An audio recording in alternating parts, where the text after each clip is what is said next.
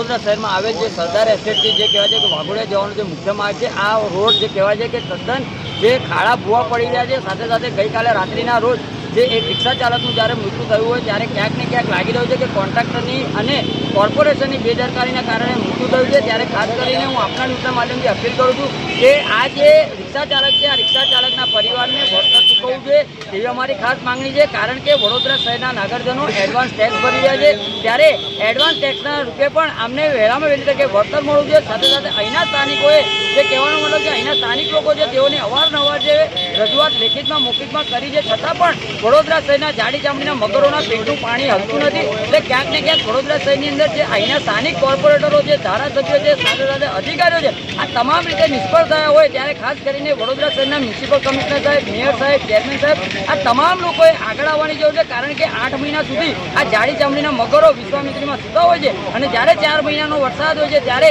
જે ખાડા પૂરવા માટે નીકળી જતા હોય છે, ત્યારે હું આજે આપના ન્યૂઝના માધ્યમથી અપીલ કરું છું કે તમામ રોડ રસ્તાના ખાડા ભૂવા જે પણ હોય તેને તાત્કાલિક ધોરણે, યુદ્ધના ધોરણે પુરાણ કરવામાં આવે અને આ પરિવારજનને ન્યાય આપવામાં આવે તેવી અમારી ખાસ માંગણી છે।